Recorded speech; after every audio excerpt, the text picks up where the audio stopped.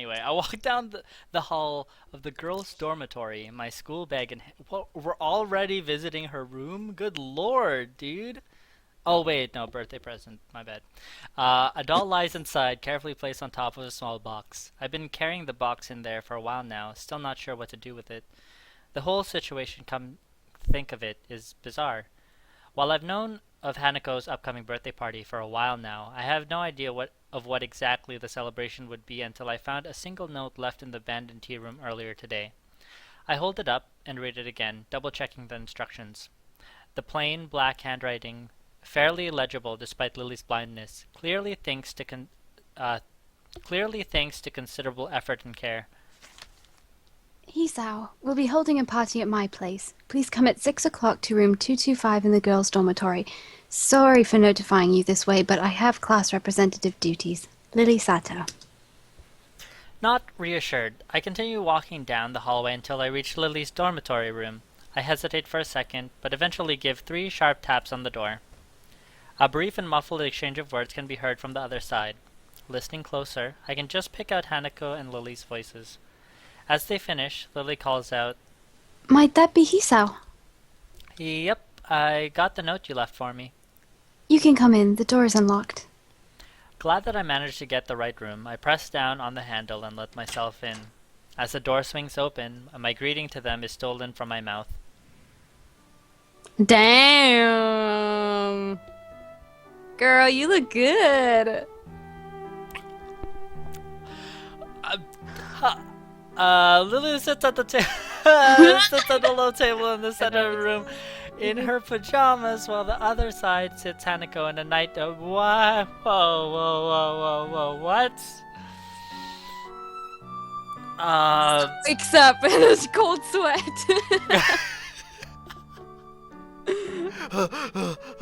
That was a dream. That was the best dream of my life. And he looks over and they're both in bed with him and he's like and then wakes up again. Has a heart attack and dies. And then it's like he turns over and it's Kenji. Tell me about it, honey. No. Oh. Nope, I don't think that's gonna happen. Nope. Being dressed in only my normal school clothes, I feel quite out of place.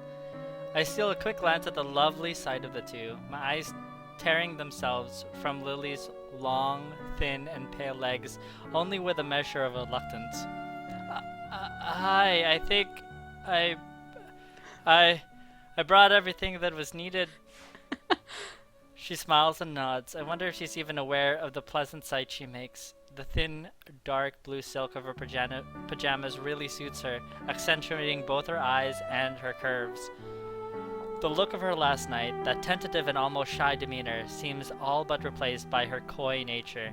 It's nice to see her confidence return, though I can't help casting my mind back to how she looked back then. I look to Hanako, who nervously sits opposite to her in her gown. It isn't a surprise that she'd wear something so conservative, though it definitely looks cute. Hi, Hanako. Happy birthday. Thank you. She's unusually skittish, despite the fact that she's warmed up to me considerably over the weeks we've come to know each other. This is a pretty unusual situation, I guess. Feel free to take a seat, Hisao. I'll just pour you two some tea. Sure thing. Lily takes a steaming red teapot from the side of the table and gently pours its contents into our teacups as I take a seat beside them, setting my bag against the nearby wall. With my senses returned and hormones somewhat calmer, I realize that this is the first time I've ever been in Lily's room. The first thing I notice is the ambient smell, just slightly different from that in mine. Probably faint perfume or nail polish. It could be anything of a girl's, really. There is the plain nature of the room, visually. Beige walls, a smart yet unadored cabinet, the lack of posters or wall hangings. It's distinctly utilitarian, something I should have anticipated given her blindness. The only thing that really seems out of the ordinary is several piles of books sitting on the floor, which each reaching from roughly knee-high height to waist height. Some of them have printed titles, others are entirely blank except for dots of braille. The fact that the ones with printed titles are uniformly in English is interesting, though not completely unexpected. She did mention her parents impressing the language upon her and Akira after all. Your room looks nice, Lily.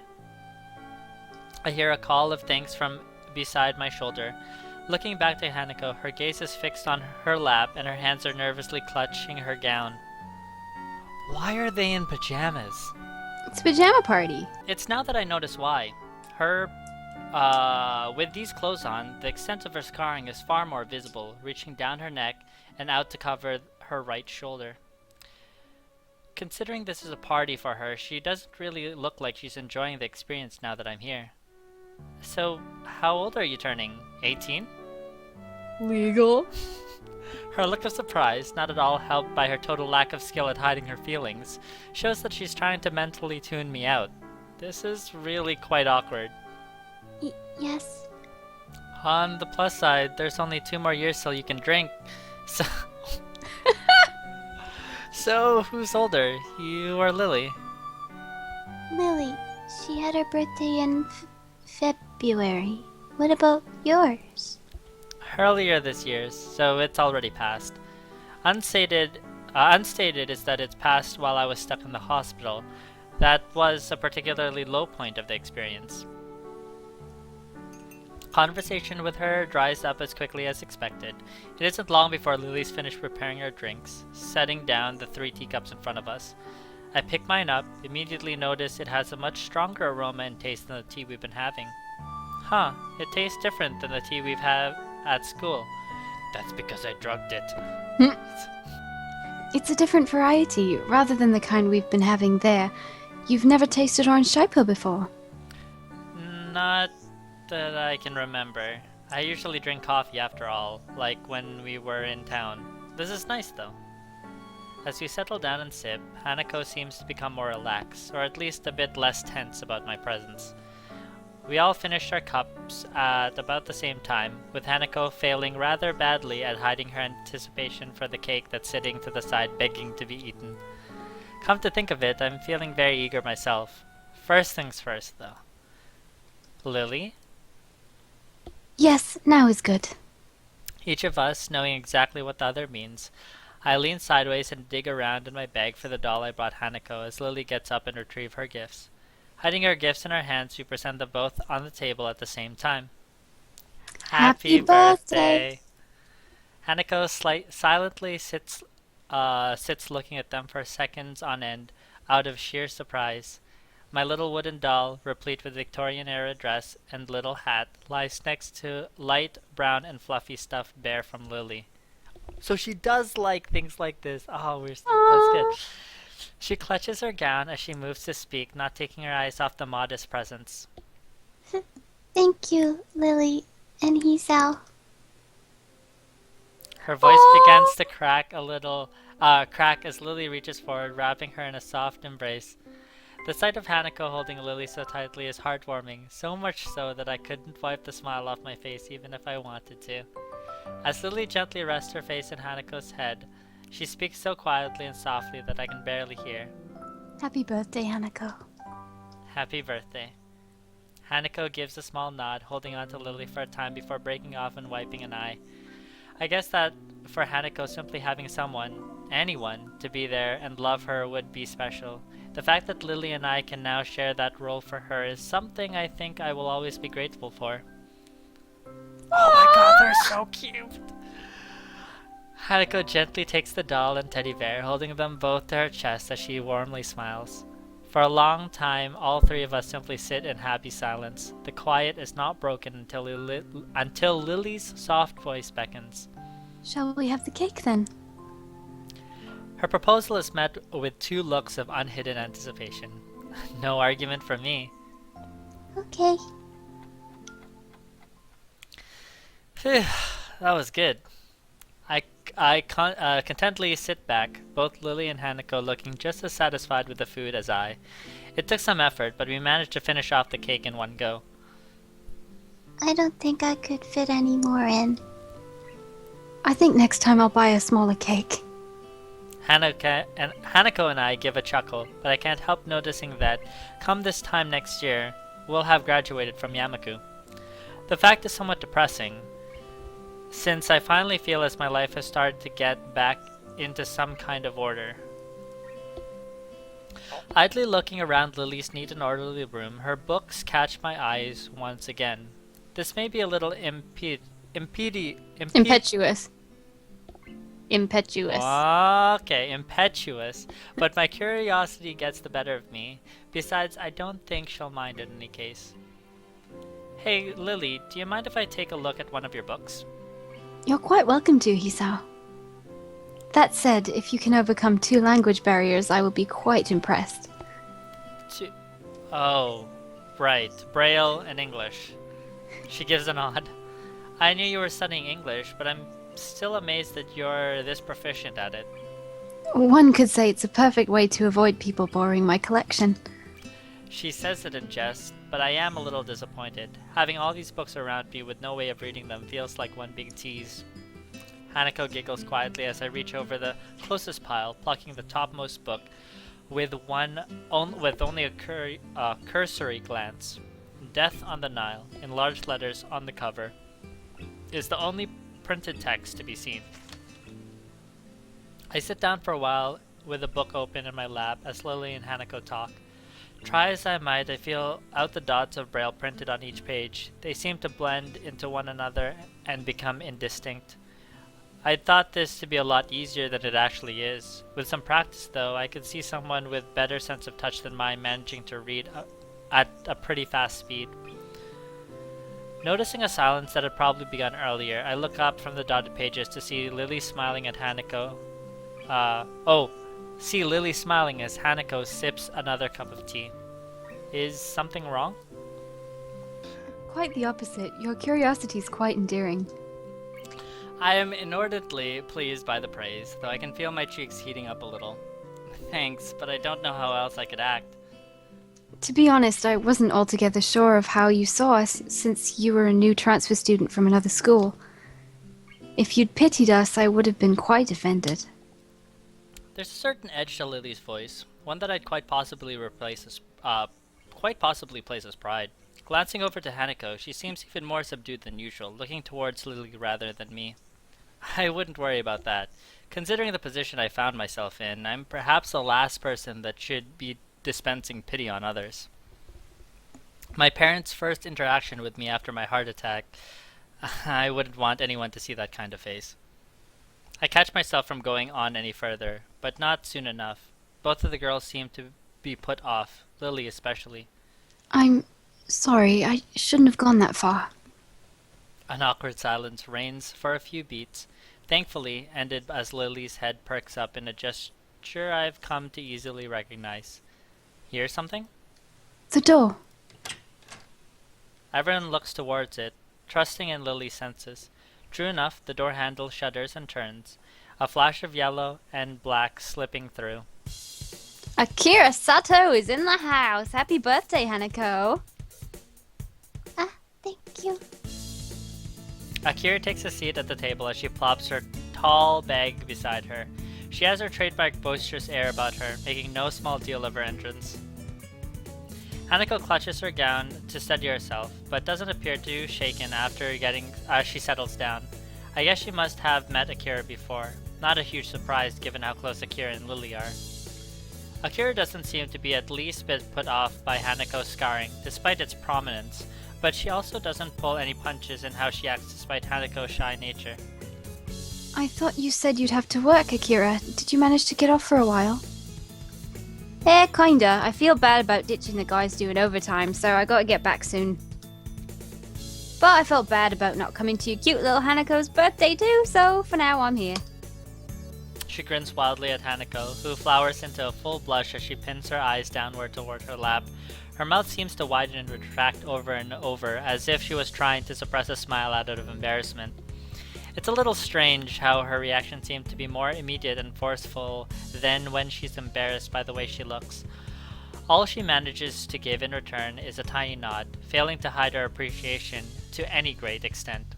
Not that many people give her positive attention, I suppose. It makes me respect how well Akira can handle her, making her so happy compared to what little I could do. Now then, before I go, She reaches into the bag beside her and grandly displays its contents. Oh yeah! Getting crunk. Well then. Out comes 2 large glass bottles both with long French names on the labels. Hanako's expression is an odd mix of surprise and curiosity, and I suspect mine's no different. Lily, not seeing the proceedings, is oblivious to what's going on. Akira, this isn't... What is it? Wine. 1 red, 1 white. Akira, that's... Relax. It's not like Shizune's here to scold you. Lily has a point. It's not exactly allowed on campus. Or anywhere, really. We're still short of the legal drinking age, remember? Rich words for someone practically drooling as he examines a bottle. Get crunk! She got me there. I am genuinely interested in trying some, even just a little. While Hanako may not be handling one herself, her look does tell me that she's far from opposed to the notion as well. Lily rubs her forehead, giving up the fight as she knows Akira will win due to the simply not caring enough about those funny rules and regulations. Just don't breathe a word of this to anyone in the school, please. I beg of you. I'm not stupid, don't worry. That said, I gotta get back to work pretty soon. So soon, but you only just arrived. Sorry, Lily. Good to see you two again, though. And you, Hisao. See you later, then. Goodbye, Akira. Oh my god. First sexual experience in high school, and now it's like first drinking experience. So Rin is gonna be first recreational drug experience. She did ask. She's like, do you have any drugs? Or Yeah. a time machine? She's Yeah. totally stashing. She's totally stashing. That's why she has no clue what's going on. She probably abuses her medication. Oh. She probably abuses her medication. Maybe she just makes deals with other people too. Yeah. Be like, yeah, you don't actually need that. Give me that Adderall. She levers herself up with a grunt and waltzes out of the room, leaving us alone with the two items on the table. Interesting. Lily gives a nervous giggle at her sister's antics, and Hanako takes a wine bottle. So... What do you think, Lily? She rests her elbows on the table and pinches the bridge of her nose, thinking things through. She really doesn't seem to be able to keep up with her sister. Well, it's already here. We may as well have some. Ah, that a girl. No sooner does she say that, I take a quick glance around the room for glasses. Oh, they're so drunk! Did they drink both of them? I guess. Oh my lord. A small groan above me reminds me that Lily retired to rest on her bed for a few minutes ago. Almost completely drained of energy, I managed to stand up and drag myself to the side of the bed, sitting down and leaning my back against it. Oh. Good God. Uh, Lily's groan sounds lifeless. Too much to drink? my head hurts. Yeah, too much to drink. I rest my head back and idly stare at the ceiling. What an unmitigated disaster. Like proper idiots, we all drank the night away with one glass after another. Hanako simply fell to the side asleep, and it's a miracle I don't feel as ill as Lily. Hey, Hisao? I'm sorry about today. I didn't think this would happen. It's fine, Lily. It's just, to tell you the truth, I had a lot of fun today. Really? I think Hanako did too. No, she did. There's a short silence before another groan resounds from the supine Lily. Are you okay? As he said, I just drank too much. What's the time? It's... I quickly look at my wristwatch, its numerals barely legible in the gloom. Midnight? Curfew's in effect then. Yeah, I guess as much. Well, I'll have to sleep here for the night. As soon as I say it, I hear the sheets moving and Lily starts to sit up. Hanako. No, go back to sleep. Don't try to get up. I have to. You're in worse shape than me by any stretch. Just shh. But what about... I'll grab some blankets and pull them over her. No, daijoubu desu. As I give a deep yawn and stand to retrieve them, I hear her lie back down with a soft thud. Thank you, Hisao.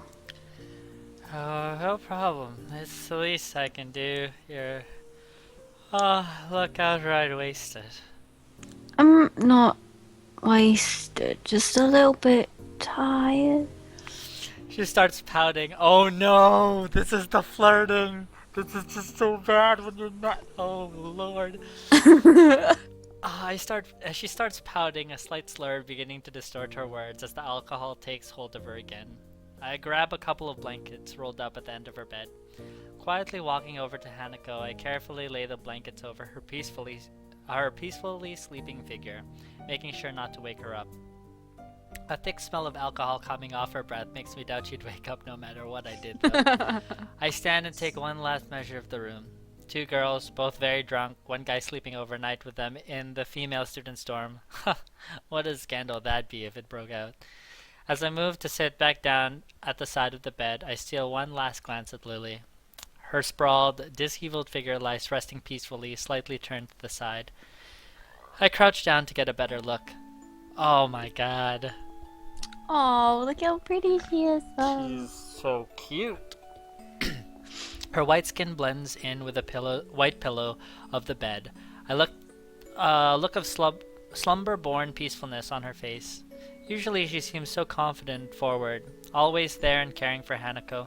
Now, though, she seems painfully delicate. I think back to Hanako's presence. I thought it'd be a nice occasion for her, but I'd hardly expect it to be so moving. One birthday after another, year after year. Just she and Lily, all alone. I guess it wasn't just the present she liked. Resigning myself to an uncomfortable sleep, I sit down at the side of the bed once again and rest my tired arms beside me. Hey, Sal. Lily's voice is so quiet I can barely hear it. She must be on the verge of sleep. Yeah? Thank you. Thank you for what? For being here. That's okay. As I hear a deep breath, it's obvious Lily's gone to sleep. After closing my eyes, it doesn't take long for slumber to take me as well. How are we supposed to know who this is? Hold on. Okay, don't click. Okay. No, I cheated a bit Oh, you cheater. just to make sure, but you don't know. But you will know very shortly. It's me. Hisao?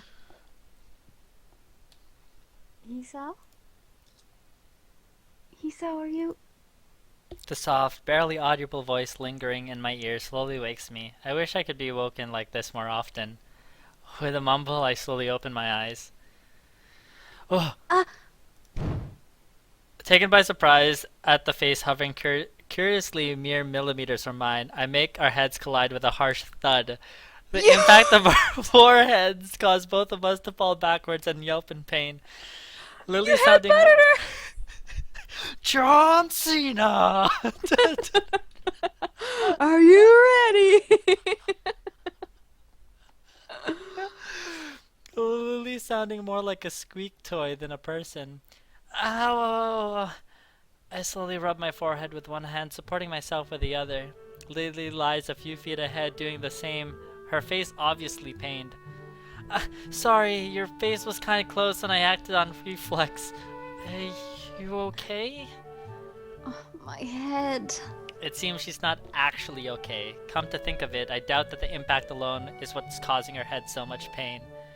Hangover? Yeah, right. You drank a fair bit last night.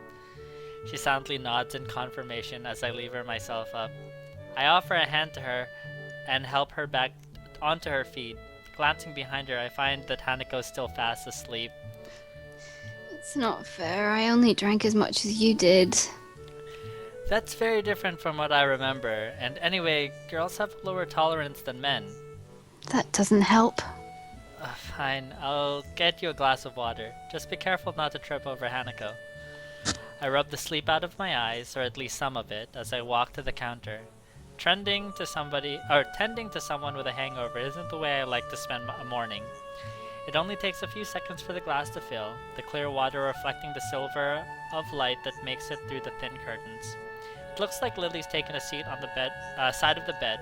I walk over to her while taking care to step over the peacefully sleeping Hanako and place a glass into her outstretched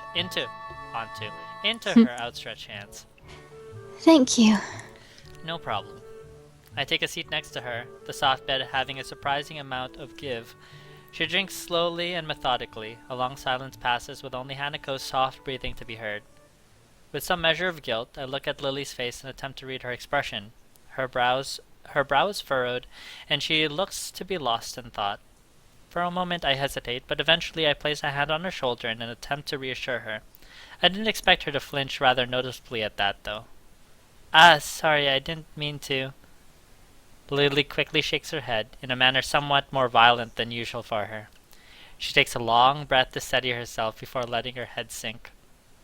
I must look terrible right now. Actually, you look frickin' gorgeous. I move to protest, but quickly realize that it would be futile to do so. That said, I want her to open up more. If you want to talk about anything. What's a really weird jump in conversation there, Hisao? Lily gives a self-depreciating snort as if to mock her own emotions. There's just a lot happening right now. I'm sorry for being so strange recently, especially back when we were in town. Even now I'm a bit confused about everything. Believe me, I know how that feels. She smiles wistfully, resting a cheek on the back of her fingers. We're a couple of broken young fools, aren't we? Come on, don't say that. Come graduation, we'll be back out in the real world. The real world? Sometimes I surprise myself with the way I think about things. I guess the strange divorce feeling of Yamaku and the surrounding town compared to the outside world still hasn't come natural. Maybe it never will. It's strange. In hindsight, being isolated from society like this doesn't feel as bad as it probably should. A wry grin on her face. Lily seems to share the same sense of amusement at the idea. Eventually, though, her smile drops. I'll be going back to Scotland for a week or two soon. Is that why we had to reschedule Hanako's birthday party? She gives an affirmative nod. You'll be able to see your family again. At least you're not looking forward to it? I haven't met my family in 6 years. I don't even know how to act around them anymore. Wait, what? My mouth hangs open as I try to process what she said. If she's 18, that means she'd have been only 12 when they left. I may have seen very little of my parents I may have seen very little of my parents, what with them both working long hours, but I feel utterly useless as I struggle to find some way to respond. But why? Why did they leave, or why are they inviting Akira and me back? Both, I suppose. My father's business has its headquarters in Scotland, and an executive position became available for him there. In the end, he had to move permanently. My mother followed him, but Akira and I stayed in Japan for the sake of both Akira's job within the Japanese branch of my father's company and my education. As for the latter, one of my aunts is gravely sick. Oh, I'm sorry. Don't be. It feels strange, really. We're being summoned there for her, yet we've barely met before. I can't even remember the sound of her voice. Equally strange is a total lack of antipathy? Yeah. Is that even a word? Antipathy? Yeah. Empathy, sympathy, antipathy. Yeah. The not sympathy? Yeah, the not feelings. The not feelings, okay. She feels towards her family for doing such a thing. I can't help feeling slightly humbled. That said, her wistful exterior is just hiding her emotions. Seeing her like this is depressing. Knowing what to do, I lift myself off the bed. Lily notices the bed's movement, her head perking up and her hand reaching sideways to feel where I was. Hisao? I walk over to my bag, still leaning against the wall, unbuckling the front flap and retrieving the opaque bag from within. I take the small, plain box in my hand. Hold your hands out, Lily. She looks surprised. Romantic fuck. Ooh, so good. She looks surprised for a moment, but eventually acquiesces. I'm amused by her look of curiosity when I place the music box into her open palms. Her typical delicate way of handling it makes it seem as if it were fragile enough to break if breathed on. She wordlessly brings it in front of her face, her slender fingers feeling out its contours and patterning. Eventually, her fingers find the recessed line between the lid and body of the box, and her thumb effortlessly pops open the lid. And it's a Jack in the Box! She's like, oh shit! I take a seat on the bed next to her, watching her face silently and intently. She sits completely motionless as she listens to the diminutive tiny melody, her mouth just slightly open. She's like, I fucking hate it. It takes a long while before she closes the lid with a small snap, bringing the curtain down on the miniature performance playing in her hands. The smile on her face, gentle and wistful, shows that I made the right decision. Think of it as a going-away present for your trip to Scotland. I will.